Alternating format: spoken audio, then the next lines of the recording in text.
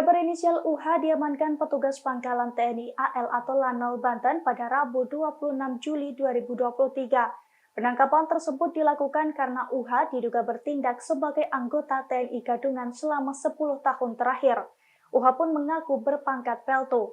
Hal itu disampaikan oleh Komandan Lanal Banten, Letkol Laut Dedi Komarudin pada Rabu 26 Juli 2023.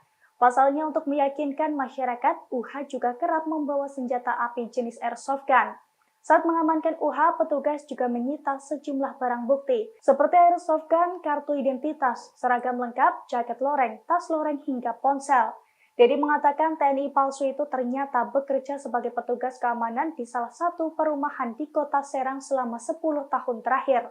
Adapun penangkapan tersebut bermula saat petugas menerima informasi masyarakat yang mencurigai aktivitas UH. Petugas lantas mengecek lokasi dan didapati fakta bahwa UH bukanlah anggota TNI. Usai ditangkap, UH dibawa ke Markas Komando atau Mako Lanal Banten untuk diperiksa lebih lanjut.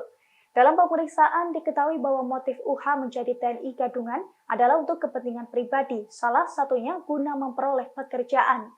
Selain mengaku sebagai anggota TNI, UH juga diduga berpura-pura sebagai mantri atau tenaga kesehatan.